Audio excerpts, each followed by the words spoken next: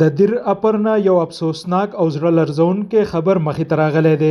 د دیر اپر په سیمه ګوګیال کې یو نشهیي زلمي په خپل کور کې ډزې کړې دي چې پکې 2 زنانه په موقع باندې وفات شوي دي او یو بل سخت جوبل ده. د تفصیلاتو تر مخه په وفات شوو کې د دغه ظالم نشهیي خپل ښځه او خور شامل دي او کومه زنانه چې سخت جوبل ده هغه د ترور ښودلی کیږي. دغه جوبل شوي زنانه هسپتال ته رسولې شوې ده چرته چې د هغې حالت مرګونی ښودلی شي. پولیسو د پیښې وروسته خپل تفتیش شروع کړی دی خو دغه وحشیانه عمل ټوله سیمه په غم کې ډوبه کړې ده. دا صرف یو پیښه نه ده، دا د هغې ناسور نتیجه ده چې زموږ په معاشره کې دننه خورېږي. نشه یو داسې لعنت دی چې د انسان نه د انسانیت او د خپلو رشتو تمیز او شعور وباسي.